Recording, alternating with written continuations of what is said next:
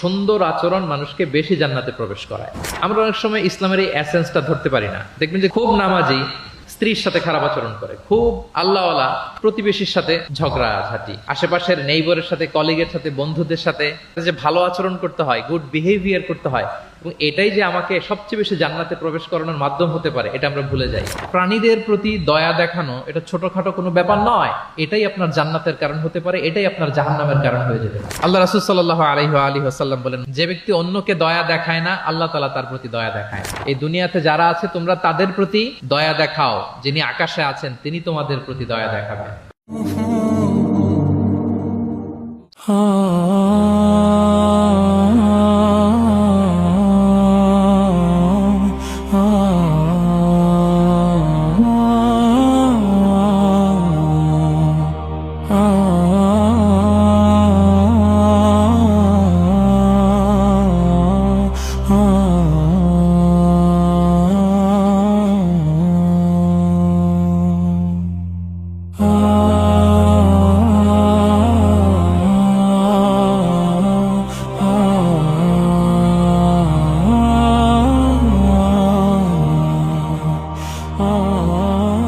আসসালামু আলাইকুম ওয়া রাহমাতুল্লাহি ওয়া বারাকাতুহু।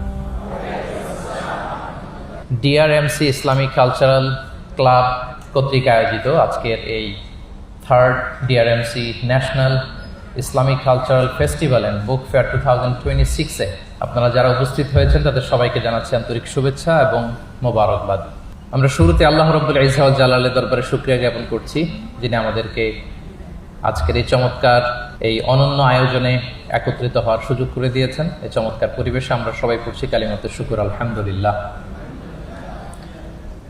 আল্লাহ রাসূল সাল্লাল্লাহু আলাইহি ওয়া আলিহি ওয়াসাল্লামের প্রতি লাখো কোটি দুরুদ এবং সালাম প্রেরণ করে আমি আমার মূল আলোচনা শুরু করছি। আমাকে সুনির্ধারিত একটা টপিকে কিছু আলোকপাত করতে বলা হয়েছে। টপিকটা হচ্ছে দ্য এক্সাম্পলারি প্রফিটিক বিহেভিয়ার, অর্থাৎ আল্লাহ রাসূল সাল্লাল্লাহু আলাইহি ওয়া আলিহি ওয়াসাল্লামের অনুপম চরিত্র। ওনার আচরণ কেমন ছিল, আল্লাহ রাসূল সাল্লাল্লাহু আলাইহি সাল্লামের বিহেভিয়ার কেমন ছিল, উনি মানুষের সাথে কেমন করে মিশতেন, কিভাবে ইন্টারেক্ট করতেন, ডিলিং করতেন, এবং সেখান থেকে আমাদের প্রাত্যহিক জীবনে, আমাদের ডে টু ডে লাইফে আমরা আসলে কি শিখতে পারি, সেই বিষয়টা নিয়ে আমরা কিছু আলোকপাত করবো ইনশাআল্লাহ বিইذنিল্লাহ। আম্মা জান আয়েশা রাদিয়াল্লাহু তাআলা আনহাকে যখন জিজ্ঞেস করা হতো যে কাইফা কানা খুলুকু রাসূলিল্লাহ, হে আম্মা জান আমাদের প্রিয় নবীজির আচরণ কেমন ছিল, তিনি বলতেন কানা খুলুকুহু আল কোরআন, রাসূল সাল্লাল্লাহু আলাইহি ওয়াসাল্লামের আচরণ ছিল কোরআনের আচরণ। মানে পুরো কোরআনে থিওরিটিক্যালি যা বলা আছে আমাদের প্রিয় নবীজির জীবনে প্র্যাকটিক্যালি সেটা করে দেখানো আছে। তিনি যখন মদিনার রাস্তা দিয়ে হেঁটে যেতেন, as if a living Quran is walking on the street, মনে হতো একটা জীবন্ত কোরআন মদিনার রাস্তা দিয়ে হেঁটে হেঁটে যাচ্ছে। কানা খুলুকুহু আল কোরআন। তো উনি কিভাবে মানুষের সাথে আচরণ করতেন? উনি কি হুট করে রেগে যেতেন আমাদের মতো? কর্কশ ভাষী ছিলেন? বাজে আচরণ করতেন কারোর সাথে? ওনার ব্যবহার দিয়ে, বিহেভিয়ার দিয়ে কখনো কারো মনে কষ্ট দিয়েছেন এমনটি কি আমরা কখনো কেউ শুনেছি? না, নেভার এভার। আল্লাহ তাআলাও কিন্তু কর্কশ ভাষীকে, অশ্লীল ভাষীকে, কঠোর ভাষীকে তিনি পছন্দ করেন না। এবং মুমিন মাত্রই সে ভদ্র হবে, নম্র হবে, সুভাষী হবে। এবং এই সুন্দর আচরণ বা কোমল আচরণকে আল্লাহ রাসূল সাল্লাল্লাহু আলাইহি ওয়াসাল্লাম সব কাজের অলংকার বলেছেন। যেই ব্যক্তি থেকে কোমলতাকে সরিয়ে নেওয়া হয়েছে তার থেকে সব ধরনের খায়েরকে সরিয়ে নেওয়া হয়েছে। যার মধ্যে কোমলতা নেই, মানে সুন্দর আচরণ নেই, তার মধ্যে কোনো খায়ের নেই, তার মধ্যে কোনো কল্যাণ নেই। আমরা যদি আল্লাহ রাসূল সাল্লাল্লাহু আলাইহি ওয়া আলিহি ওয়াসাল্লামের পুরো বায়োগ্রাফিটা একটু স্ক্যান করি, সংক্ষেপে দেখার চেষ্টা করি, তাহলে দেখব যে তিনি বড় ছোট, নারী পুরুষ, শত্রু বন্ধু নির্বিশেষে সবার সাথে খুব অমায়িক আচরণ করতেন, চমৎকার আচরণ করতেন। এবং রাসূল সাল্লাল্লাহু আলাইহি ওয়াসাল্লামের এই চমৎকার আচরণে মুগ্ধ হয়ে অনেক ঘোরতর শত্রু তার বন্ধুতে পরিণত হয়েছিল। সুবহানাল্লাহ বিহামদিহি। এবং এত ভালো আচরণের অধিকারী ব্যক্তিত্ব হয়েও তিনি আল্লাহর কাছে দোয়া করতেন যে আল্লাহ, আপনি আমার দেহটাকে, আমার দেহ সৌষ্ঠব, আমার দৈহিক অবয়ব যেরকম সুন্দর করেছেন, আমার চরিত্রটাকে, আমার আচরণটাকেও আল্লাহ আপনি সুন্দর করে দিন। এত সুন্দর আচরণের অধিকারী হওয়ার পরেও তিনি বলতেন আল্লাহুম্মা হাসসানতা খালকি ফাহাসসিন খুলুকি, মানে হে আল্লাহ, আপনি আমাকে দেখতে যেরকম সুন্দর বানিয়েছেন। আল্লাহ রাসূল সাল্লাল্লাহু আলাইহি ওয়াসাল্লামের চেয়েও দেখতে সুন্দর কোনো মহাপুরুষ কি পৃথিবীতে এসেছিল? এত সুন্দর মানুষ হওয়া সত্ত্বেও তিনি আল্লাহর কাছে দোয়া করতেন, আল্লাহ আমি দেখতে যেমন সুন্দর, আমার আচরণটাও যেন তেমন সুন্দর হয়। আপনারা আয়নার সামনে দাঁড়ালে এই দোয়াটা পড়েন? আয়নার সামনে দাঁড়িয়ে এই দোয়াটা পড়তে হয় যে আল্লাহুম্মা হাসসানতা খালকি ফাহাসসিন খুলুকি। আল্লাহ আমাকে দেখতে যেরকম সুন্দর বানিয়েছেন, আমার আচরণটাও আপনি সুন্দর করে দিন। এবং আল্লাহ রাসূল সাল্লাল্লাহু আলাইহি সাল্লাম তিনি ইরশাদ করেছেন, দুটি জিনিস মানুষকে সবচাইতে বেশি আল্লাহর জান্নাতে প্রবেশ করাবে। একটি হচ্ছে তাকওয়াল্লাহ, আল্লাহর ভয়, আর একটি হচ্ছে হুসনুল খুলুক, সুন্দর আচরণ। রিপিট, আমি আবারও বলছি, দুটি জিনিস মানুষকে সবচাইতে বেশি আল্লাহর জান্নাতে প্রবেশ করায়। একটি হচ্ছে আল্লাহর ভয়, তাকওয়াল্লাহ, আরেকটি হচ্ছে সুন্দর আচরণ, হুসনুল খুলুক। এখানে বলা হয়নি যে নামাজ মানুষকে বেশি জান্নাতে প্রবেশ করাবে, রোজা প্রবেশ করাবে, যাকাত করাবে, হজ করাবে, এমন কিছু বলা হয়েছে না। বরং সুন্দর আচরণ মানুষকে বেশি জান্নাতে প্রবেশ করায়। আমরা অনেক সময় ইসলামের এই এসেন্সটা ধরতে পারি না। দেখবেন যে খুব নামাজি কিন্তু খিটখিটে মেজাজের লোক, খুব নামাজি স্ত্রীর সাথে খারাপ আচরণ করে, খুব আল্লাহওয়ালা প্রতিবেশীর সাথে ঝগড়াঝাটি, খুব নামাজি মানুষ কলিগের সাথে সম্পর্ক ভালো নাই। এরকম লোক আমাদের সমাজে আছে না নাই বলেন? তার মানে ইসলামের যে ট্রু এসেন্স এটা ধরতে পারে নাই। আশেপাশের নেইবরের সাথে, কলিগের সাথে, বন্ধুদের সাথে, সহপাঠীদের সাথে যে ভালো আচরণ করতে হয়, গুড বিহেভিয়ার করতে হয়, এবং এটাই যে আমাকে সবচেয়ে বেশি জান্নাতে প্রবেশ করানোর মাধ্যম হতে পারে, এটা আমরা ভুলে যাই। প্রিয় বন্ধুরা, আমরা যেন এই ব্যাপারটাকে ছোট মনে না করি। সবচেয়ে বেশি জান্নাতে মানুষকে প্রবেশ করায় তাকওয়াল্লাহ, হুসনুল খুলুক, আল্লাহর ভয়, আরেকটা কি? সুন্দর আচরণ। অনেক ছোট ছোট বন্ধুদেরকে আমি দেখতে পাচ্ছি অডিয়েন্সের মধ্যে। আমরা আমাদের সহপাঠীদের সাথে, বন্ধুদের সাথে ভালো আচরণ করব তো আজকে থেকে? হ্যাঁ, সাউন্ড খুব অল্প হয়েছে, আমি শুনি নাই, আরো জোরে করবো কিনা? ইনশাআল্লাহ আমরা ভালো আচরণ করব, এবং আমার সহপাঠীদের সাথে, বন্ধুদের সাথে ভালো আচরণ, এটাই আমাকে জান্নাতে প্রবেশ করাবে ইনশাআল্লাহ। বলি সবাই। একটা চমৎকার হাদিস দিয়ে আমার মূল আলোচনা শুরু করি।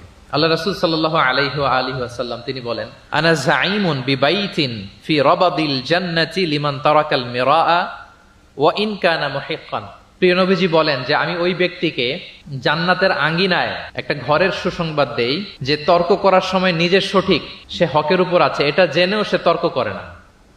তর্ককে, আর্গুমেন্টকে, ডিবেটকে স্যাক্রিফাইস করে যে না আমি ঝগড়ায় যাব না, যদিও সেই সঠিক। এরকম স্যাক্রিফাইস যে করে জান্নাতের আঙ্গিনায়, তাকে আমি একটা ঘরের সুসংবাদ দেই। এরপর প্রিয় নবীজি বলছেন, অবি বাইতিন ফি ওয়াসাতিল জান্নাতি লিমান তারাকাল কাযিবা ওয়া ইন কানা মাজিহান। আর আমি ওই ব্যক্তিকে জান্নাতের মাঝামাঝি স্তরে একটা ঘরের সুসংবাদ দিচ্ছি যে ব্যক্তি কৌতুক করেও মিথ্যা বলে না। He was kidding, he was joking, but he never tells a lie. মজা করতেছে, জোক করতেছে, কিন্তু জোকের মধ্যেও সে কি করে না? মিথ্যা বলে না। তাকে জান্নাতের মাঝামাঝি স্তরে আমি একটা ঘরের গ্যারান্টি দিচ্ছি। এরপর আল্লাহ রাসূল সাল্লাল্লাহু আলাইহি ওয়াসাল্লাম বলতেছেন, ওয়াবি বাইতিন ফি আ'লাল জান্নাতি লিমান হাসানা খুলুকা। আর আমি এট দ্য ভেরি হাই, মানে পিক অফ দ্য প্যারাডাইস, জান্নাতের একেবারে সর্বোচ্চ স্তরে একটা বাসভবনের গ্যারান্টি ওই ব্যক্তিকে দেই যে অন্যের সাথে ভালো আচরণ করে। মানে হাসানা খুলুকা, যে তার চরিত্রটাকে সুন্দর করেছে, যার আচরণটাকে সুন্দর করেছে, যার আচরণটা অমায়িক আচরণ, মাধুর্যপূর্ণ আচরণ, ওই ব্যক্তিকে আমি at the highest peak of paradise, জান্নাতের সর্বোচ্চ চূড়ায় একটা বাসভবনের গ্যারান্টি দিচ্ছি। আল্লাহু আকবার।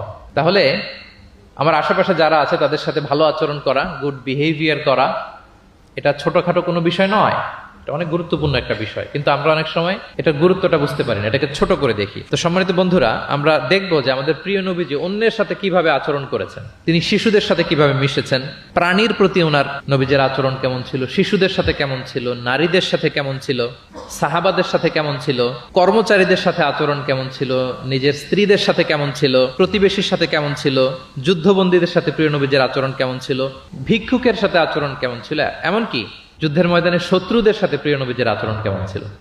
এই 10টি পয়েন্টে দ্য এক্সাম্পলারি প্রফেটিক বিহেভিয়ার এই শিরোনামে আমরা কিছু কথা আজকে শুনবার চেষ্টা করব। আমরা শুরুতে একটু দেখার চেষ্টা করি যে পশু, পাখি, প্রাণী, এই প্রাণী জগতের প্রতি প্রিয় নবীজির আচরণ কেমন ছিল। প্রিয় নবী যে প্রাণীদের প্রতি খুব দয়াদ্র ছিলেন, তার বায়োগ্রাফিতে, জীবনীতে এরকম অসংখ্য নজির পাওয়া যায়। কারণ আল্লাহ তাআলা তাকে রাহমাতাল লিল আলামিন, ওমা আরসালনাকা ইল্লা রাহমাতাল লিল আলামিন, I've sent you as a mercy for the entire universe। আল্লাহ বলছেন আমি গোটা বিশ্বের জন্য, সবার জন্য আপনাকে ব্লেসিংস এন্ড মার্সি করে প্রেরণ করেছি।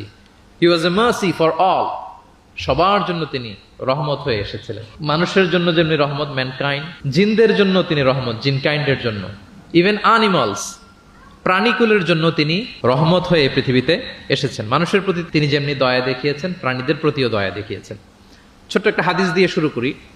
আমরা রাসূল সাল্লাল্লাহু আলাইহি ওয়াসাল্লামের এই এক্সাম্পলারি প্রফেটিক বিহেভিয়ার, এটা থ্রু দ্য লেন্স অফ সিরা and through the lens of সুন্নাহ, সুন্নাহর পরতে পরতে, রাসূল সাল্লাল্লাহু আলাইহি ওয়াসাল্লামের সিরাতের পরতে পরতে আমরা দেখবার চেষ্টা করব যে তিনি কেমন আচরণ করতেন সবার সাথে। একবার তিনি একটা খেজুর বাগানে প্রবেশ করলেন মদিনাতে। তো প্রবেশ করার পর তিনি দেখতে পেলেন যে দূর থেকে একটা উট কান্না করে করে রাসূল সাল্লাল্লাহু আলাইহি ওয়াসাল্লামের কাছে ছুটে আসছে। একটা উট কান্না করে আসতেছে। রাসূল সাল্লাল্লাহু আলাইহি ওয়াসাল্লামের দেখে অত্যন্ত দয়া হলো, মায়া হলো যে উটটা কেন কান্না করতেছে, এত এত বেশি কেন কান্না করতেছে। আল্লাহ রাসূল সাল্লাল্লাহু আলাইহি ওয়াসাল্লাম তিনি মমতা ভরে ওনার হাত দিয়ে উটের মাথায় আদর করতে আরম্ভ করলেন। প্রিয় নবীজির এই মমতা মাখা হাত বোলানো পেয়ে উটের কান্না বন্ধ হলো এবং রাসূল সাল্লাল্লাহু আলাইহি ওয়াসাল্লামের কানে কি কি যেন বললো উট, এটা অন্যরা বুঝতে পারছে না। তো এরপর রাসূল সাল্লাল্লাহু আলাইহি ওয়াসাল্লাম খুঁজতে আরম্ভ করলেন যে উটের মালিক কে। একজন আনসারী যুবক সাহাবী আসলো। তখন রাসূল সাল্লাল্লাহু আলাইহি ওয়াসাল্লাম বললো যে তোমার এই উট আমার কাছে তোমার ব্যাপারে নালিশ করেছে যে তুমি একে ক্ষুধার্ত রাখো কিন্তু একে দিয়ে অনেক কাজ করাও। তুমি কি এই বোবা, এই নিরীহ প্রাণীটার ব্যাপারে আল্লাহকে ভয় করো না? কিয়ামতের দিন এটাই তোমার জাহান্নামের কারণ হয়ে যেতে পারে। খবরদার, এই নিরীহ প্রাণীটার ব্যাপারে তুমি আল্লাহকে ভয় করো। দেখেন, প্রিয় নবীজি ওটের মাথায় হাত বুলিয়ে ওটের কান্না বন্ধ করেছিলেন এবং ওটের মালিককে ওসিয়ত করেছেন যে খবরদার, প্রাণীর প্রতি কখনো এরকম রূঢ় কঠিন আচরণ করা যাবে না, তাদের প্রতি রহম দিল হইতে হবে। এভাবে আপনি সিরাতের পরতে পরতে অনেক ঘটনা পাবেন। আজকের এই সংক্ষিপ্ত পরিসরে এত এত রেফারেন্স হয়তো আমার উল্লেখ করা সম্ভব হবে না এবং অ্যারাবিক টেক্সটগুলো বলে বলে অর্থ করে শোনানো অনেক সময় লেগে যাবে। আমি শুধু মূল কথাগুলো, বুলেট পয়েন্টসগুলো আপনাদের সাথে শেয়ার করবার চেষ্টা করবো ইনশাআল্লাহ বিইذনিল্লাহ। এই যে প্রাণীর প্রতি দয়া, ইসলামের একটা মূলনীতি হচ্ছে মুমিনের জীবনের প্রতিটি কাজে ইহসানের পরশ থাকতে হবে। আল্লাহ তাআলা আমাদের সব কাজে ইহসানকে আবশ্যক করেছেন। আল্লাহ রাসূল সাল্লাল্লাহু আলাইহি সাল্লাম বলেছেন যে ফাইদা কাতালতুম ফাআহসিনুল কিতলা, কাউকে হত্যা করতে হলেও ইহসানের সাথে হত্যা করতে হবে। ধরুন যে অপরাধের কারণে আদালত কর্তৃক সাব্যস্ত হলো যে একজন মৃত্যুদণ্ড প্রাপ্ত আসামি, তো তাই বলে কি আপনি যা ইচ্ছা তার সাথে করতে পারবেন? তার নাক কেটে ফেলা, কান কেটে ফেলা, তার অঙ্গহানি করা, এলোপাথারি ছুরিকাঘাত করা করতে পারবেন না। ইদা কাতালতুম ফাআহসিনুল কিতলা, এটাও ইহসানের সাথে করতে হবে। দেখেন, হত্যার মতো একটা কাজ ইহসানের সাথে করতে হবে। ওয়া ইদা যাবাহতুম ফাআহসিনুয যাবহা, প্রিয় নবীজি বলেন তোমরা যখন জবেই করবে, কুরবানি করবে, এখানেও ইহসানের সাথে করবে। আল্লাহু আকবার। করতেছি জবাই, করতেছি কি বলেন সবাই আমার সাথে, করতেছি কি জবাই। তার মানে প্রাণীটাকে তো মেরেই ফেলতেছি, কিন্তু প্রিয় নবীজি বলেন এই জবাই করার ক্ষেত্রেও ইহসান করতে হবে। এত সুন্দরভাবে দ্রুত তার গলায় ছুরি লাগাতে হবে যাতে কয়েক সেকেন্ডের মধ্যেই জবাইয়ের কাজটা হয়ে যায়। আপনি ইচ্ছে মতো এলোপাথারি তাকে ছুরি দিয়ে কষ্ট দিতে পারবেন না। মুমিনের প্রতিটি কাজে যেন ইহসানের পরশ থাকে। একবার আল্লাহ রাসূল সাল্লাল্লাহু আলাইহি সাল্লাম এক সাহাবীর পাশ দিয়ে যাচ্ছেন। ওই সাহাবী একটা ভেড়াকে জবাই করার জন্য মাটিতে শুইয়ে পা দিয়ে চেপে ধরে এরপর ছুরি ধার করতেছে। ছাগলটাকে মাটিতে শুইয়ে পা দিয়ে চেপে ধরে এরপরে কি করতেছে? ছুরি ধার করতেছে। আর প্রাণীটা এই ছুরি ধার করার দৃশ্যটা দেখতেছে। আল্লাহ রাসূল সাল্লাল্লাহু আলাইহি ওয়াসাল্লাম তাকে ধমক দিলেন, শাসালেন, বললেন তুমি তো এটাকে 2 বার জবাই করে ফেললে, একটু পরে তো জবাই করবেই, এখনই তো জবাই করে ফেলতেছো। তুমি কি আগে ধার দিয়ে নিতে পারলা না? জবাইয়ের আগে তুমি কি ছুরিটাকে ধারালো করে নিতে পারলা না? শার্পেন করে নিতে পারলা না? এভাবে আল্লাহ রাসূল সাল্লাল্লাহু আলাইহি ওয়াসাল্লাম সব সময় প্রাণীদের প্রতি তিনি দয়া দেখিয়েছেন। এবং তিনি বনি ইসরায়েলের একটা ঘটনা বলতে যেয়ে তিনি বলেছেন যে একজন প্রস্টিটিউট লেডি, ব্যভিচারী নারী, যার জন্য জাহান্নাম বরাদ্দ ছিল, কিন্তু একটা তৃষ্ণার্ত কুকুরকে পানি খাওয়ানোর কারণে আল্লাহ তাআলা ওই পাপাচারী নারীকে জান্নাত দান করেছেন। সুবহানাল্লাহি ওয়া বিহামদিহি। তার জন্য জাহান্নাম ছিল অবধারিত, কিন্তু একটা তৃষ্ণার্ত কুকুরকে পানি পান করার কারণে তাকে জান্নাত দিয়েছে কে? আল্লাহ সুবহানাহু ওয়া তাআলা। তাও কেমন একটা প্রাণীকে? কুকুরকে। আমরা গুরুত্বই দেই না। সামান্য একটা কুকুরকে দয়া দেখানোর কারণে আল্লাহ তাআলা এই জাহান্নামী নারীকে জান্নাত দান করেছেন। আমরা যদি খেয়াল করি যে আমরা আমাদের সমাজে কুকুর বিড়াল দেখলে কি করি বলেন তো? রাস্তাঘাটে দেখি, অডিয়েন্সের কাছ থেকে আমি একটু শুনি, কি করি আমরা? তাড়িয়ে দেয়। আর কি করি? ঢিল ছুরি। আর কেউ কেউ খাবার দেয়। মাশাআল্লাহ, এই তো, এটাই তো প্রিয় নবীজির সুন্নাহ, আমরা খাবার দিব। এক্স্যাক্টলি। কিন্তু আমি জানি না কেন যেন বাংলাদেশে কুকুর দেখলে, বিড়াল দেখলে কি করে? তাড়ায় দেয়, ঢিল ছোড়ে, লাথি মারে, এরকম করে না অনেক সময়? অপ্রয়োজনে, কোনো প্রয়োজন নেই এটা করে। এবং সবচেয়ে মজার ব্যাপার হচ্ছে মাঝে মাঝে দেখা যায় যে জোড়া লাগা কুকুর যদি দেখা যায়, যে একসাথে দুটো কুকুর, তাদের প্রজননের কারণে তাদের একটা বিশেষ ঋতুতে বিশেষ সময়ে তাদেরকে এটা করতে হয়, এক অদ্ভুত কারণে মানুষ মানে ক্ষিপ্ত হয়ে ওঠে তাদের প্রতি। কিন্তু আমাদের তো মানবিক হওয়া উচিত ছিল, আশরাফুল মাখলুকাত বলে আমরা নিজেদেরকে দাবি করি। আমাদের কি করা উচিত ছিল? ইগনোর করা উচিত ছিল, let them do there job, overlook করার দরকার ছিল। কিন্তু কোনো এক অদৃশ্য কারণে আমরা এরকম দৃশ্য দেখলে হিংস্র হয়ে উঠি, লাঠি দিয়ে মারি, ওখানে মানুষ জড়ো হই। কিন্তু তাদের একটা সফল প্রজননের জন্য, বংশবিস্তারের জন্য এটা প্রয়োজন। তো আমরা যেন এই কাজটা না করি, এরকম নির্মম যেন আমরা কখনো না হই। কারণ প্রাণীদের প্রতি দয়া দেখানো এটা ছোটখাটো কোনো ব্যাপার নয়, এটাই আপনার জান্নাতের কারণ হতে পারে, এটাই আপনার জাহান্নামের কারণ হয়ে যেতে পারে। আল্লাহ রাসূল সাল্লাল্লাহু আলাইহি ওয়াসাল্লাম বলেন, মান লা ইয়ারহাম লা ইউরহাম। যে ব্যক্তি অন্যকে দয়া দেখায় না, আল্লাহ তাআলা তার প্রতি দয়া দেখায় না। ইরহাম মান ফিল আরদ ইয়ারহামুকুম মান ফিস সামা। এই দুনিয়াতে যারা আছে তোমরা তাদের প্রতি দয়া দেখাও, যিনি আকাশে আছেন তিনি তোমাদের প্রতি দয়া দেখাবেন। তাহলে এই জমিনে কি শুধু আমরাই থাকি নাকি? না পশু পাখি প্রাণী এগুলোও থাকে? এদের প্রতিও যদি আমরা দয়াদ্র হই, মমতা দেখাই, করুণা দেখাই, আমাদের প্রতিও দয়া দেখাবে কে? এবার আওয়াজ করে বলুন তো, আমরা আল্লাহর দয়া পেতে চাই কি চাই না? সবাই চাই। তাহলে প্রাণীদের প্রতি কখনো আমরা যেন নির্মম না হই, অমানবিক না হই, আমরা যেন মানবিক হই। আমরা অনেক উন্নত দেশে দেখি যে হাইওয়েতে একটা সাপ যাচ্ছে, এই সাপ দেখে একটা গাড়ি থেমে গিয়েছে, স্টপ। তার পেছনে পেছনে শত শত গাড়ি স্টপ। তারা বন বিভাগকে নক দেয়, স্থানীয় পুলিশকে ফোন দেয়, তারা এসে সাপটাকে উদ্ধার করে এরপরে গাড়িগুলো চলতে শুরু করে। একটা ভিডিও ক্লিপস আমি এমনও দেখেছি, একটা হাঁস তার বাচ্চাগুলোকে নিয়ে হাইওয়ে পার হচ্ছে। হাঁস তো খুব আস্তে আস্তে হাঁটে, একেবারে পিপিলিকার মতো একটু একটু করে হাঁসের বাচ্চাগুলো যাচ্ছে, শত শত গাড়ি at the middle of the highway stop. আল্লাহু আকবার। কিন্তু বাংলাদেশে দেখবেন যে রাস্তা দিয়ে সাপ যায় না, কুকুর যায় না, বিড়াল যায়, কোনো কেয়ার নাই, একেবারে ড্যাম কেয়ার। যে প্রাণীদের প্রতি দয়া দেখায় না, আল্লাহ তাআলা তার প্রতি দয়া দেখান না। তাহলে প্রিয় নবীজি প্রাণীদের প্রতি কতটা দয়াদ্র ছিলেন, মমতাময় ছিলেন, এটা সবার কাছে ক্লিয়ার? ওকে, মাশাআল্লাহ। লেটস মুভ অন, আমরা সামনের দিকে আগাই। এবার আমরা একটু করে জানার চেষ্টা করি যে শিশুদের সাথে প্রিয় নবীজির আচরণ কেমন ছিল। আমরা সিরাতে এবং হাদিসের দিকে যদি তাকাই তাহলে দেখব প্রিয় নবীজি শিশুদেরকে তাহনিক করে দিতেন। তাহনিক, তাহনিক শব্দটির সাথে কি আপনারা পরিচিত? নাম শুনেছেন? তাহনিক হচ্ছে কোন স্কলারের কাছে দোয়ার জন্য নবজাতক শিশুকে নিয়ে যাওয়া, সে স্কলার খেজুর খেয়ে তার মুখের লালা মিশ্রিত খেজুরের রস দোয়া হিসেবে নবজাতক শিশুর মুখে দিয়ে দিবে, এটাকে বলে তাহনিক। এটাকে কি বলে? আমি করেছি অনেক জায়গায়, অনেক মা বাবা তাদের সন্তানদেরকে নিয়ে এসেছে খেজুর নিয়ে, তা আমরা বিশ্বনবীর সুন্নাহ হিসেবে এটা করে দিয়েছি। আল্লাহ রাসূল সাল্লাল্লাহু আলাইহি সাল্লামের কাছে তাহনিক করতে সাহাবারা আসতো, তিনি শিশুদেরকে পরম মমতায় তাহনিক করে দিতেন।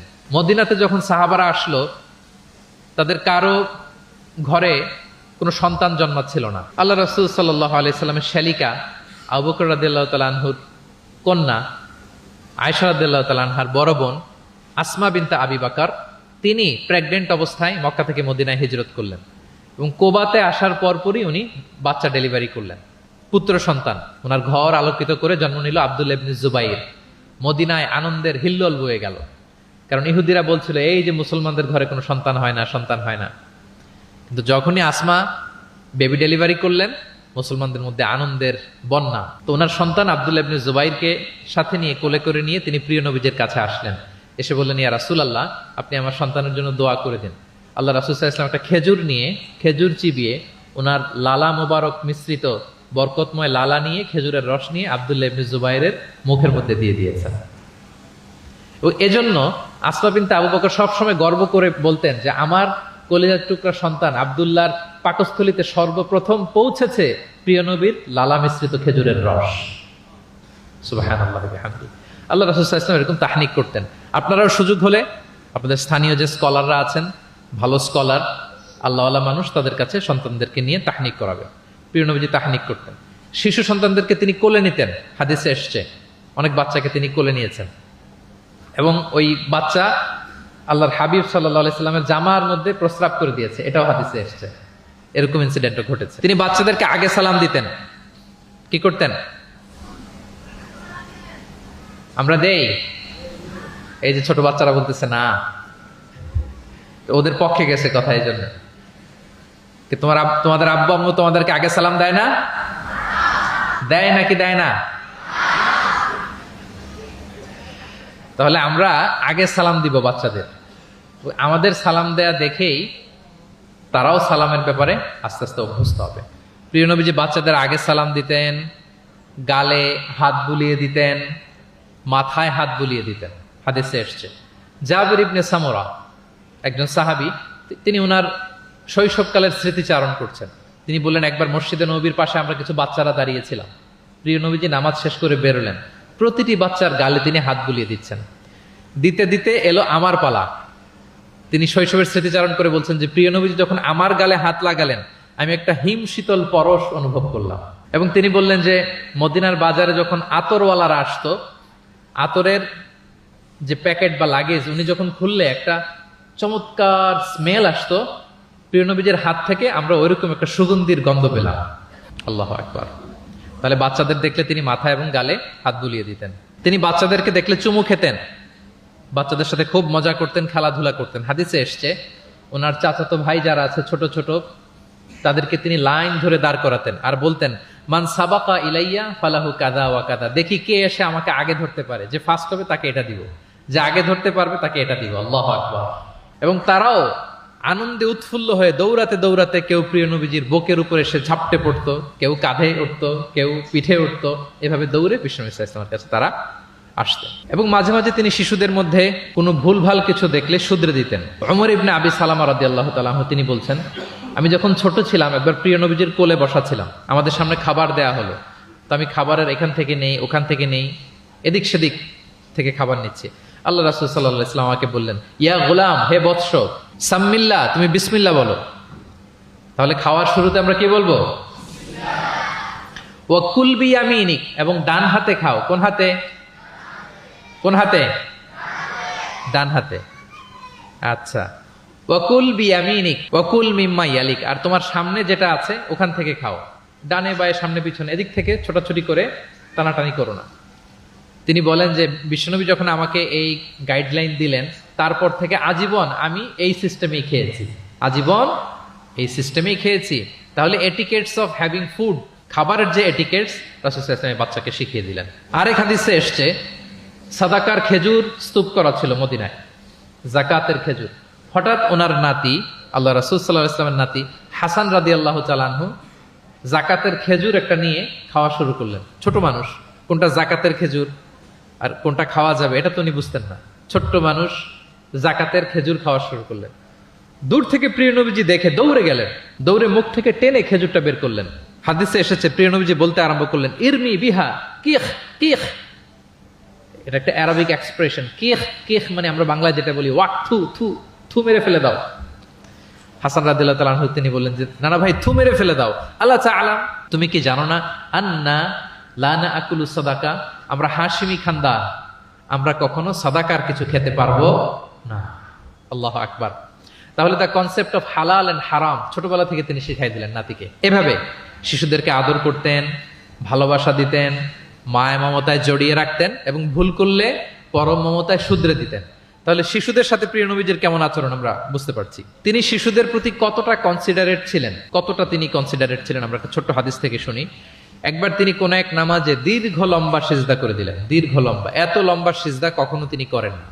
নামাজ শেষে সাহাবারা জিজ্ঞেস করলেন, ইয়া রাসূলুল্লাহ, আপনি কি সিজদার মধ্যে অসুস্থ হয়ে গেলেন নাকি, অথবা কোরআনের আয়াত নাজিল হলো নাকি? এত দীর্ঘ সিজদা তো ফরজ নামাজে কখনো করতে দেখি না। রাসূল সাল্লাল্লাহু আলাইহি ওয়াসাল্লাম বললেন, কুল্লু যালিকা লাম ইয়াকুন, না একটাও না, ওহিও নাজিল হয়নি, অসুস্থও হয়নি। এবং আমি যখন সিজদায় ছিলাম, আমার নাতি খেলতে খেলতে আমার কাঁধের উপরে চড়ে বসেছে।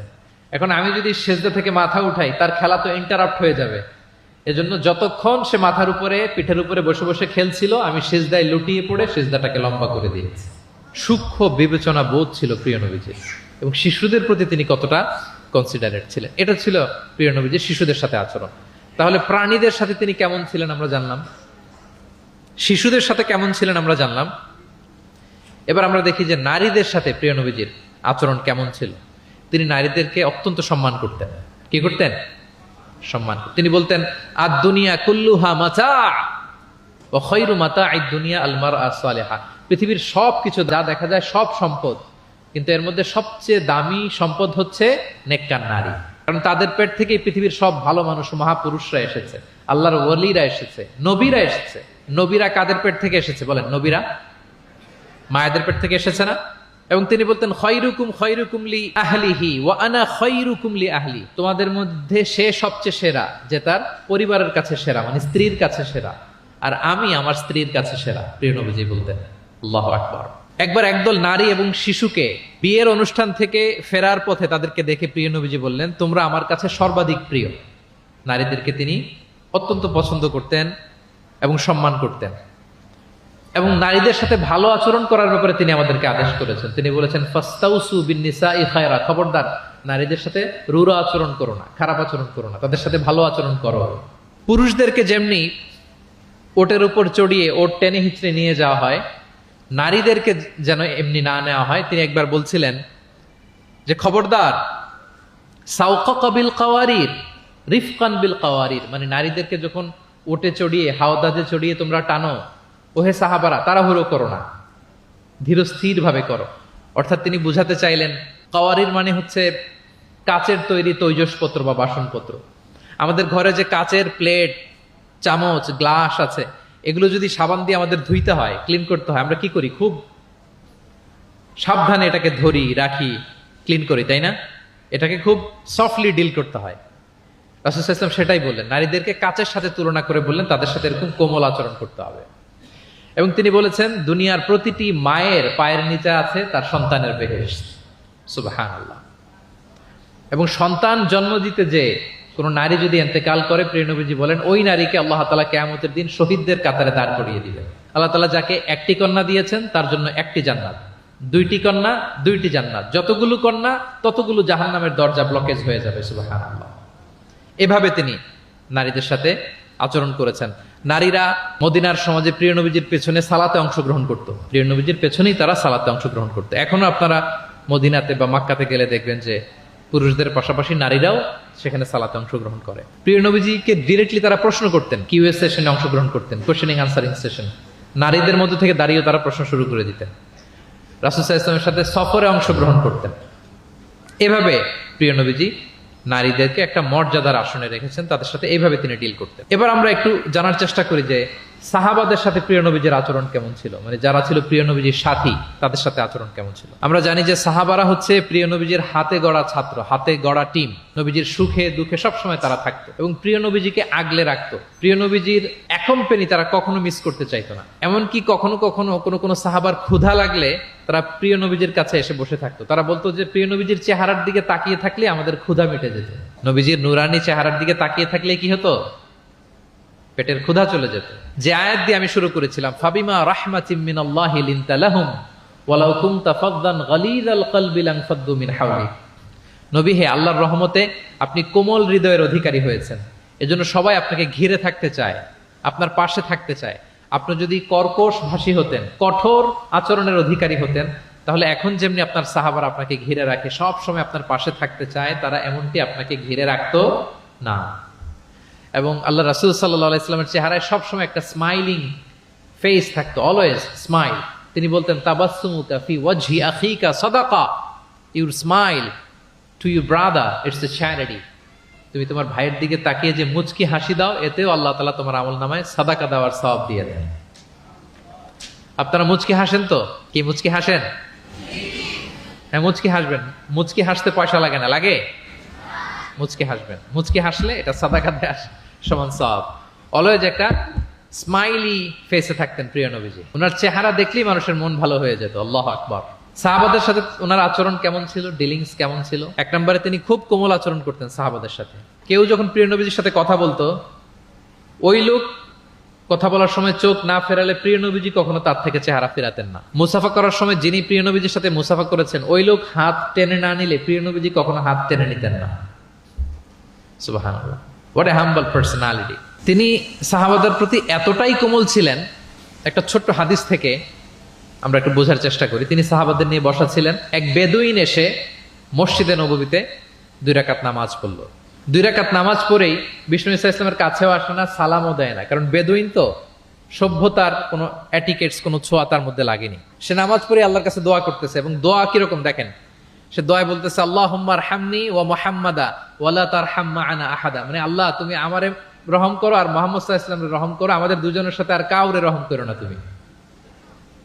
বেদুইন, তার মধ্যে এটিকেটস অফ দোয়া, দোয়ার যে একটা আদব আছে এটা তার জানা নাই। সে বলে আল্লাহ আমাকে মাফ করো, মুহাম্মদ সাল্লাল্লাহু আলাইহি ওয়াসাল্লামকে মাফ করো, আর কাউকে না।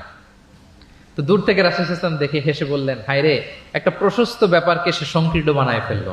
কারণ আল্লাহর দরবারে কি রহমের কোনো কমতি আছে? সবাই বলুন তো আওয়াজ করে, আল্লাহর দরবারে রহমতের কোনো কমতি ঘাটতি আছে? কোনো কমতি নাই, কোনো ঘাটতি নাই। তো সে তো দোয়াতে আমাদের সবাইকে ইনক্লুড করলেও পারত। যাই হোক, নামাজ পড়ে দোয়া করে এবার মসজিদে নববীর মাঝখানে পেশাব করতে আরম্ভ করলো। কোথায়? মসজিদের মাঝখানে। সাহাবার তো রেগে মেগে আগুন, তাকে ধরতে যাবে, মারতে যাবে। রাসূল সাল্লাল্লাহু আলাইহি ওয়াসাল্লাম বললেন দাউ, রাখো, বোঝান আলোকটা করতে দাও, করে ফেললো। এবার প্রিয় নবীজি বললেন হারিকু আলা বাউলিহি সাজলান মিন মা। তখনকার মসজিদে নববী তো বালুর ফ্লোর ছিল, জানেন আপনারা? আমাদের এখনকার মসজিদ তো এই যেরকম পাকা টাইলস করা, কার্পেটিং, আরো কত কি, কিন্তু তখনকার মসজিদে নববী ছিল কিসের? ফ্লোরটা বালুর। রাসূল সাল্লাল্লাহু আলাইহি ওয়াসাল্লাম বললেন যে বালুর মধ্যে যেহেতু পেশাব করে দিছে, 1 বালতি পানি ঢেলে দাও। 1 বালতি পানি ঢেলে দেয়া হলো। আর সাহাবাদেরকে তিনি শান্ত হতে বললেন যে থামো, তার প্রতি আগ্রাসী হয়েও না, কারণ ফাইন্নামা বুইসতুম মুয়াসসিরিন, তোমরা সহজপন্থী হয়ে প্রেরিত হয়েছো, ওয়ালাম তুবআসু মুআসসিরিন, তোমরা কট্টরপন্থী হয়ে প্রেরিত হও নাই। আল্লাহু আকবার। তিনি বুঝালেন যে এই উম্মাত হবে সহজপন্থী, কট্টরপন্থী নয়। যে কোনো জিনিসকে খুব সিম্পলি ডিল করতে হবে। এবার তিনি ওই বেদুনকে ডেকে পাঠালেন, বললেন আচ্ছা, তুমি যে মসজিদের ভিতরে তোমার উট ঢুকালে এবং মাঝখানে পেশাব করে দিলে, তুমি কি জানো এটা এই কমিউনিটির ইবাদতগাহ, এই মদিনার সোসাইটির এটা একটা মসজিদ। আমরা এখানে নামাজ পড়ি, আল্লাহর জিকির করি, এখানে কোরআন তেলাওয়াত করি, এই জায়গায় বসে তোমার পেশাব করা কি ঠিক হলো? প্রিয় নবীজি যখন ভালোবেসে তাকে কাছে ডেকে বুঝালেন, সে মাথা নিচু করে এবার কাচুমাচু করতে আরম্ভ করলো। সে লজ্জিত হয়ে প্রিয় নবীজির কাছে ক্ষমা চাইলেন। সুবহানাল্লাহ। তাহলে তিনি সাহাবাদের প্রতি কতটা কোমল আচরণের অধিকারী ছিলেন, এই হাদিস থেকে আমরা বুঝতে পারলাম। তিনি সাহাবাদের জন্য দোয়া করতেন, প্রাণ ভরে দোয়া করতেন।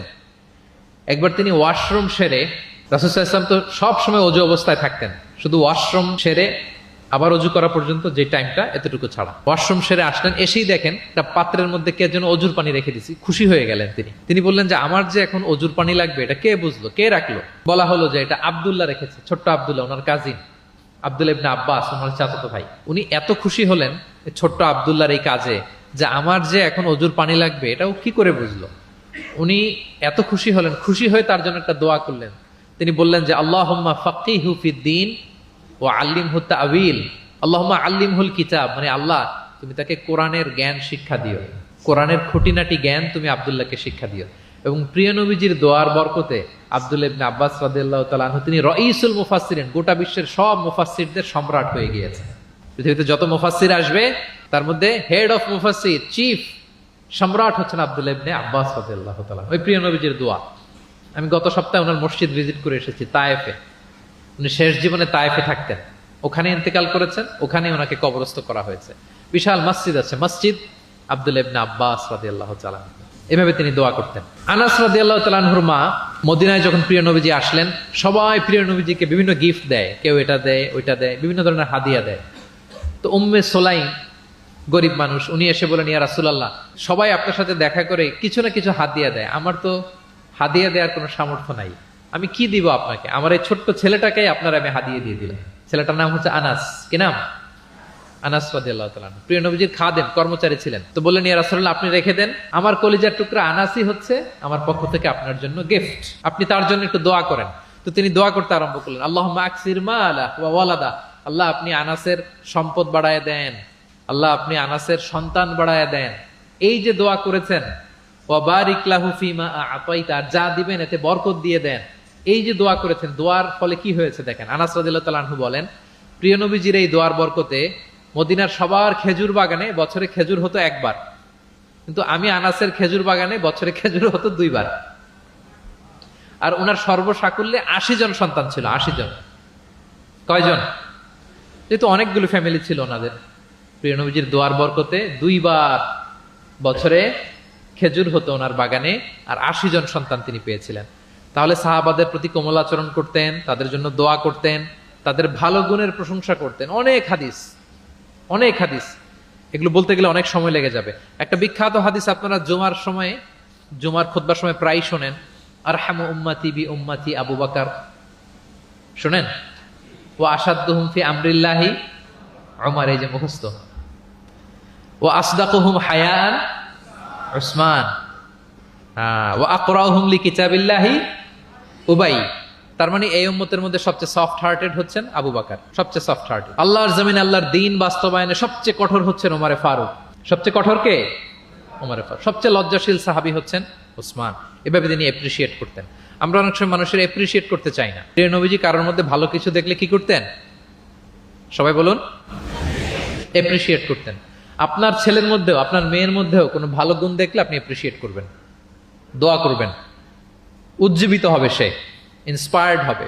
আমরা অনেক সময় আমাদের ছেলে মেয়েদেরকে উৎসাহ দেই না, তার মধ্যে যে কি কারিশমা আমরা জানিই না। মনে করি যে A+ পাইলেই বুঝি সফল। A+ পায় নাই, পাশের ঘরের কেউ পাইছে, বলে যে যা ওর পা ধোয়া পানি খা। এরকম বলে না বাংলাদেশে? নিজের ছেলে A+ পায় নাই, পাশের ঘরের একজন পাইছে, তো কি বলে? তার পা ধোয়া।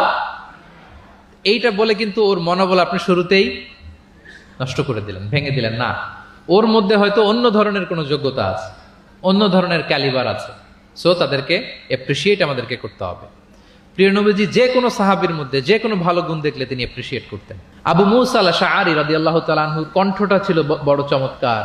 তিনি একবার বললেন, ইয়া আবা মুসা লাকাদ উতিতা মিজমার মিন মাজামিরি আলি দাউদ। দাউদ নবীর গলায় আল্লাহ যে সুরের ঝংকার দিয়েছে, এই উম্মতের মধ্যে আল্লাহ তোমার গলায় সেই সুরের লহরী ঢেলে দিয়েছে। সুবহান। তো তিনি বলেন, ইয়া রাসূলুল্লাহ, আমি তো আপনার সামনে কখনো কোরআন তেলাওয়াত করিনি, আমার গলায় যে সুর আছে আপনি কি করে বুঝলেন? প্রিয় নবীজি বলেন, গত রাতে তোমার ঘরের পাশ দিয়ে যাচ্ছিলাম, তুমি যে তেলাওয়াত করছিলে আমি দরজার বাইরে, ঘরের দেয়ালের বাইরে দাঁড়িয়ে দাঁড়িয়ে শুনছিলাম। আবু মুসা বলে, ইয়া রাসূলুল্লাহ, আপনি শুনছিলেন, এটা যদি আমি টের পেতাম আমি ফজর পর্যন্ত শুধু তেলাওয়াত করতেই থাকতাম। সুবহানাল্লাহ পড়বেন না? তাহলে আমরা যেন অ্যাপ্রিশিয়েট করি। প্রিয় নবীজি অ্যাপ্রিশিয়েট করতেন, সাহাবাদেরকে যথাযথ তারবিয়া দিতেন, তাদের সাথে মাঝে মাঝে রসিকতা করতেন, খোশ গল্প করতেন, সাহাবীদের সাথে একসাথে মিলেমিশে কাজ করতেন। মসজিদ নির্মাণের ঘটনা আমরা জানি, কোবা মসজিদ, মসজিদে নববী। এমন না যে চেয়ারে বসে থেকে এই তোমরা মসজিদ বানাও, না। একজন ট্রু লিডারের বৈশিষ্ট্য হচ্ছে উনি সামনে এগিয়ে যাবেন, ওনাকে দেখে দেখে ফলোয়াররা ফলো করবে, ঠিক কিনা? প্রিয় নবীজি নিজে মাটি বহন করেছেন, পাথর বহন করেছেন, নিজে খন্দকের পরীক্ষা খনন করেছেন, পেটে পাথর বেঁধেছেন। এটা ছিল সাহাবাদের সাথে প্রিয় নবীর ইন্টারাকশন, ডিলিংস, মেলামেশা। এবার আমরা একটু দেখি যে প্রিয় নবীর যারা খাদেম ছিলেন, কর্মচারী ছিল, তাদের সাথে কেমন আচরণ ছিল। আমরা তো আমাদের বাসায় পান থেকে চুন খসলেই হাত তুলে ফেলি কাজের লোকদের গায়ে, এরকম দেখি না আমরা? দেখেছেন পত্রপত্রিকায়?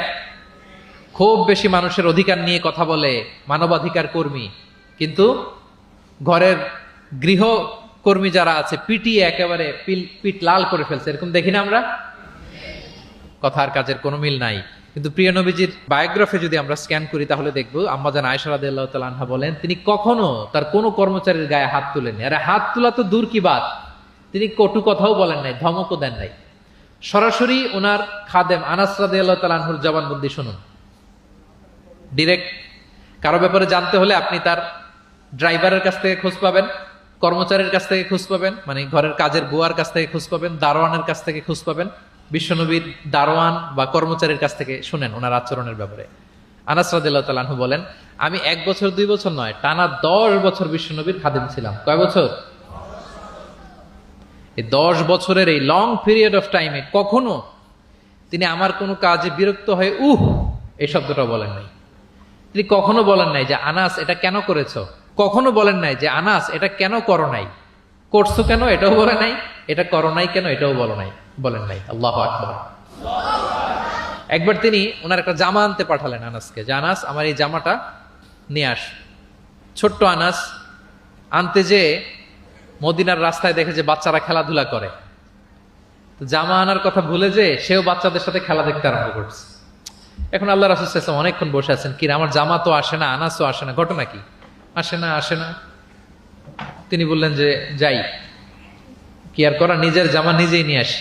বের হলেন, বের হয়ে দেখেন মদিনার এক গলির মধ্যে মদিনার অন্যান্য বাচ্চাদের সাথে প্রিয় নবীজির আনাস সেখানে দাঁড়িয়ে আছে। তিনি চোখ বড় করলেন না, চোখ লাল করলেন না, ধমক দিলেন না, শাসালেন না, উনিও আস্তে করে আনাস রাদিয়াল্লাহু তাআলা আনহুর পিছনে যে দাঁড়িয়ে রইলেন। দেখুন খেলা দেখে, এদিকে দেখে ওদিকে দেখে, দেখতে দেখতে হঠাৎ আনাস রাদিয়াল্লাহু দেখেন যে পিছনে কে দাঁড়িয়ে আছে?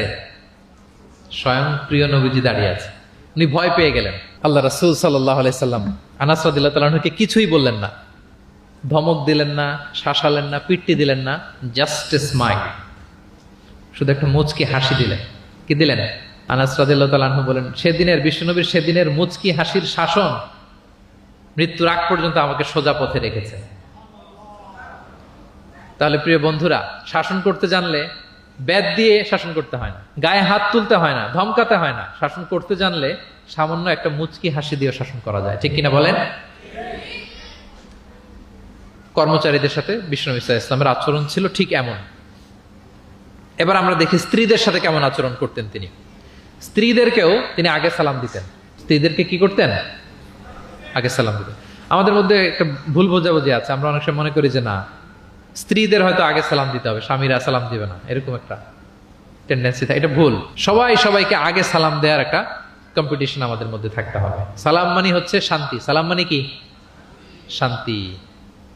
আপনি যদি ঘরে শান্তি ঢুকাতে চান, আগে সালাম দিবেন। আমাদের ঘরটা, আমাদের প্রত্যেকের পরিবার, ঘর, সংসার, এটা শান্তিময় হোক। বলুন তো আমরা চাই কি চাই না? তাহলে এই ঘরে আমরা সালাম ঢুকাবো। কি ঢুকাবো? আওয়াজ করে সবাই বলুন, কি ঢুকাবো? ঘরে যেই প্রথমে কি করব আমরা?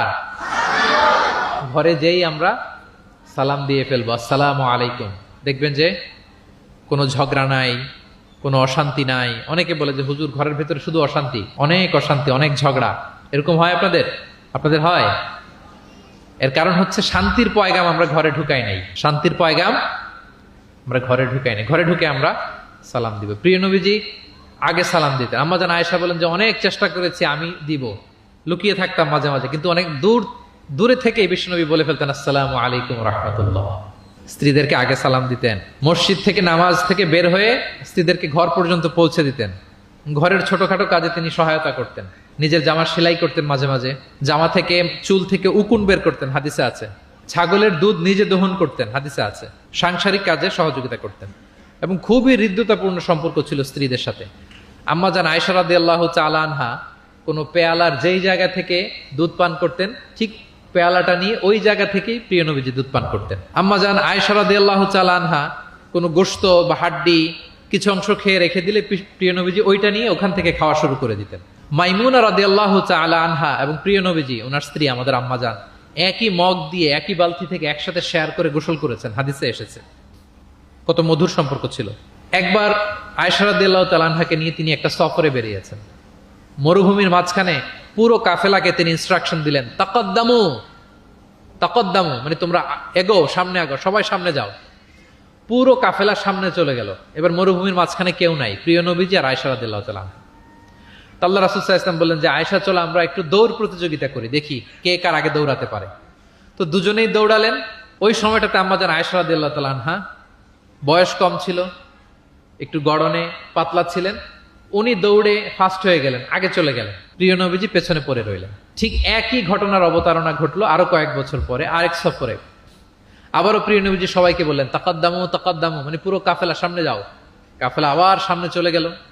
মাঝ রাতে প্রিয় নবীজি আবার আম্মা জান আয়েশাকে বললেন যে আয়েশা, চলো আজকেও আমরা একটু দৌড় প্রতিযোগিতা করি। কিন্তু কয়েক বছরের ব্যবধানে আম্মা জান আয়েশা রাদিয়াল্লাহু তাআলা আনহা তখন একটু হেলদি হয়ে গেছেন, আগের মতো আর জোরসে দৌড়াতে পারছেন না। ওই দিন প্রিয় নবীজি আম্মা জান আয়েশাকে পেছনে ফেলে তিনি সামনে চলে গেলেন। আম্মা জান আয়েশা রাদিয়াল্লাহু তাআলা আনহা পেছনে পড়ে রইলেন। তো প্রিয় নবীজি আয়েশা রাদিয়াল্লাহু তাআলা আনহাকে বলেন, ইয়া আয়েশা হাদিহি বিতিলকা সাবকা, ওই যে বছর কয়েক আগে তুমি আমাকে হারায় দিছিলে, আজকে তোমাকে হারায় দিলাম।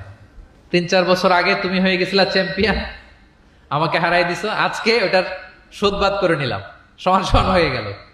আল্লাহু আকবার। কি সুমধুর, কি অমায়িক, কি জান্নাতি সম্পর্ক ছিল। তাই বলে স্বামী স্ত্রীর মাঝে যে কোনো খুনসুটি, মিষ্টি ঝগড়া মনোমালিন্য চলতো না এমনটা না, চলতো, সবার জীবনেই থাকে, এটা প্রিয় নবীজির জীবনেও ছিল।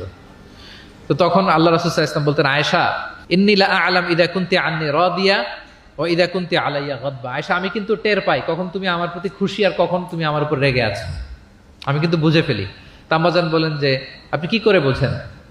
রাসূল সাল্লাল্লাহু আলাইহি ওয়াসাল্লাম বললেন, যখন তুমি আমার উপর রেগে থাকো তখন দোয়া করার সময় তুমি বলো রব্বি ইব্রাহিম, মানে হে ইব্রাহিমের রব আপনি আমাদেরকে ক্ষমা করেন, হে মুসার রব আপনি আমাদেরকে ক্ষমা করেন। আর যখন তুমি আমার উপর খুশি থাকো তখন দোয়ার সময় তুমি বলো রব্বি মুহাম্মদ, হে মুহাম্মাদের রব আপনি আমাদেরকে ক্ষমা করেন, হে মুহাম্মাদের রব আপনি আমাদের উপর দয়া করেন। মানে তুমি যখন রেগে থাকো তুমি ইচ্ছে করে আমার নামটা মুখে নিতে চাও না, আমি কিন্তু বুঝে ফেলি। আম্মা জান আয়েশা বলেন, ইয়া রাসূলুল্লাহ মা আহজুরু ইল্লা ইসমাক, আমি তো শুধু আপনার নামটাই বাদ দেই, মুখ থেকেই বাদ দেই, কিন্তু আমার হৃদয় থেকে তো কখনোই আপনাকে সরাতে পারি না, হৃদয়ে সবসময় আপনি থাকেন ইয়া রাসূলুল্লাহ।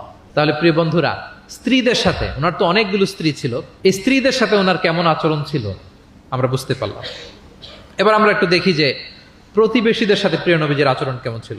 আল্লাহ রাসূল সাল্লাল্লাহু আলাইহি ওয়াসাল্লাম সবসময় প্রতিবেশীদের সাথে অত্যন্ত ভালো আচরণ করতেন। তিনি বলতেন, মান কানা ইউমিনু বিল্লাহি ওয়াল ইয়াউমিল আখির ফালইউকরিম জারাহ, যে আল্লাহ বিশ্বাস করে এবং আখিরাতে বিশ্বাস করে সে যেন প্রতিবেশীর সাথে ভালো আচরণ করে, প্রতিবেশীকে যেন সম্মান করে। এবং আবু যার গিফারি রাদিয়াল্লাহু তাআলা আনহুকে তিনি বলতেন যে, আবু যার তুমি যদি মারাক রান্না করো, মানে ঝোল, আমরা নেহারি খাই না গরুর পায়া দিয়ে, গরুর পায়া দিয়ে যে ঝোল রান্না করে এটাকে কি বলেন আপনারা?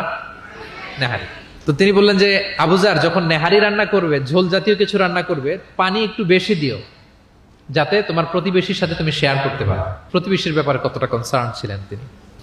এবং তিনি বলতেন, লাইসাল মুমিন আল্লাযী ইয়াশবা ওয়া জারুহু জাইউন ইলা যামবি, সে ব্যক্তি মুমিন নয় যে নিজে পেট পুরে খায় কিন্তু তার প্রতিবেশীরা অভুক্ত থাকে, না খেয়ে থাকে, সে ব্যক্তি কখনো প্রকৃত মুমিন হতে পারে না। এবং মজার ব্যাপার হচ্ছে, ভালো আচরণের জন্য, সদাচরণের জন্য প্রতিবেশী মুসলিম হওয়া আবশ্যক নয়।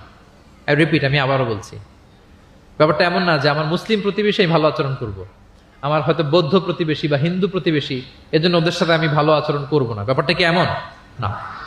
নেইবরের ক্ষেত্রে মুসলিম হোক অমুসলিম হোক, প্রতিবেশী হলেই তার সাথে আমাদের ভালো আচরণ করতে হবে।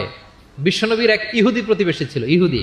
তো সেই প্রতিবেশীর ছোট্ট একটা ইহুদি সন্তান ছিল, প্রায় বিশ্বনবীর কাছে এসে প্রিয় নবীজির টুকিটাকি কাজ করে দিতেন। তো হঠাৎ অনেক দিন হয়ে গেল ইহুদি ছেলেটা আসে না, তার কোনো দেখা নেই। প্রিয় নবীজি ভাবলেন হয়তো কোনো সমস্যা হয়েছে, তাকে দেখে আসে। তার বাড়িতে যেয়ে দেখলেন যে ছেলে বড্ড অসুস্থ, প্রচন্ড অসুস্থ হয়ে কাতরাচ্ছে, বিছানায় শুয়ে আছে। রাসূল সাল্লাল্লাহু আলাইহি ওয়াসাল্লাম তার পাশে বসলেন, তার মাথায় হাত বুলিয়ে দিলেন এবং ইহুদি ছেলেটার দিকে তাকিয়ে বললেন, আসলিম, অর্থাৎ তুমি ইসলাম ধর্ম গ্রহণ করো।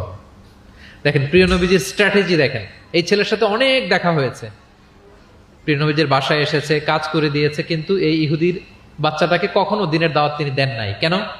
কারণ তিনি একটা ভালো সময়ের অপেক্ষা করতেছিলেন।